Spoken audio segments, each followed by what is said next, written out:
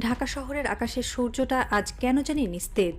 ডিসেম্বরের বিকেল, কিন্তু আলোটা যেন অস্বাভাবিক। শহরের ওপর ঝুলে আছে এক ধরনের ধূসর বিষণ্ণতা, যেন ঢাকার প্রতিটি ভবন, প্রতিটি মানুষ, প্রতিটি বাতাস শোকের আভায় নত হয়ে আছে। এয়ারপোর্টের দিকে মানুষের স্রোত, ফার্মগেট থেকে বিমানবন্দর পর্যন্ত রাস্তা জুড়ে নেমে এসেছে লাখো মানুষ। কেউ হাতে ফুল, কেউ পতাকা, কেউ শুধু চোখের জল নিয়ে দাঁড়িয়ে আছে।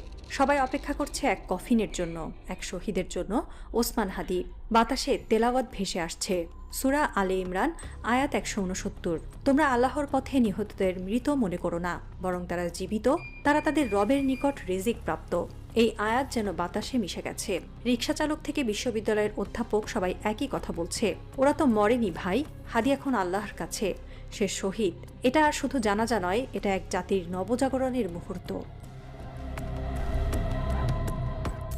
সেদিন